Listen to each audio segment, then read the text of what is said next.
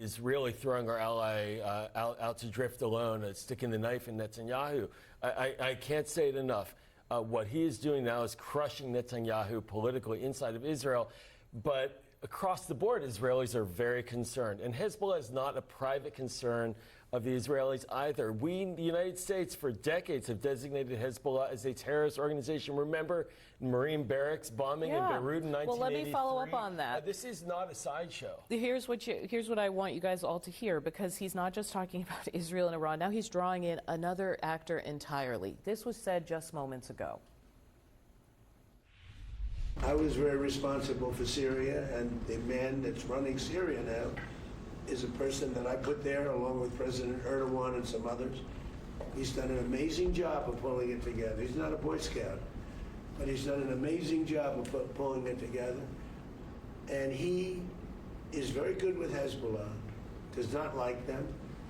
And I'll tell you what, Israel's fighting Hezbollah too long, and too many people are being killed. And you don't have to knock down an apartment house every time you're looking for somebody, because there are a lot of people in those apartment houses, and they're not all Hezbollah, that I can tell you. And I suggested to Israel to let Syria take care of Hezbollah. Because to be honest with you, I think they do a better job of doing it. Okay, first of all, al-Shara of Syria took power during President Biden's term. So let's just make that clear. And after a lengthy civil war, where Hezbollah fought against al-Shara's forces inside of Syria when Hezbollah was backed by Iran and Russia. So the president's logic on this issue is very concerning. It's very circuitous. It is not accurate.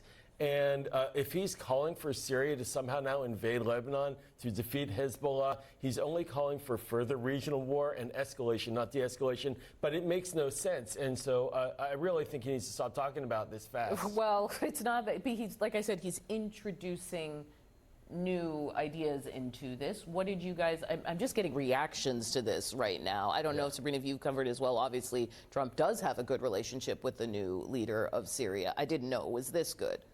Drag you into war good. I mean, it is unusual to hear what is coming out of the president's mouth. Granted, we know he speaks extremely off the cuff, and the way he'll speak about world leaders today could be different from how he speaks about them a week from today. But again, I think when we're talking about something as serious as a war, when we're talking as serious of what's going on in the Middle East right now, of course you want to see the president moderate what he says and be measured in what he says, and this certainly raises concerns and questions about where we're at. For the first time in a long time, probably in my 35 years of running political campaigns, most folks, most voters, and I know we'll talk about independence later, is they don't know or understand all the things that are coming out of us, or understand wars. They understand large things. They understand nuclear bombs, bad. They understand genocide. They understand those things. But in American politics, for the first time in a long time, AIPAC, Palestine, things that are happening with Iran, gas prices, they're becoming a bigger part of issue sets that people care about. Affordability is still number one, let me be clear. But it's still in the periphery. We talked about here, you see there, this is the G7. They're actually sitting down to lunch. And this will be on clips today in social media that folks will see who are independents, who aren't following this every day, that will just pop up in their algorithm. Should Syria be involved now? Well, I don't know, but Audie, we are only 3 years past October 7th. And you have an entire country that's traumatized. 1,200 people died, over 400 people kidnapped around that, 12 Americans. The last one finally came home because of Donald Trump, who is the Nutra family, Omar Nutra.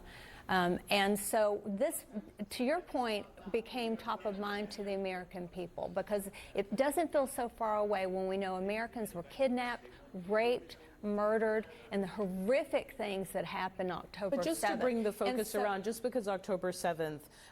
if I could just finish. Yeah, no, but it was about Hamas. And right now we are listening to the president speak just moments ago, saying that Israel has gone too far, and where it's done with Hezbollah, not Hamas, in southern Lebanon, and now asking another country to support. I just want to keep it focused on where we are right now. So the point is that they are surrounded, Israel is surrounded by people who hate them.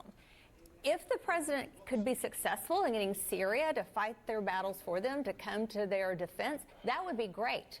I mean, they have peace with Egypt, they get along with the Jordanians, like things are better for them.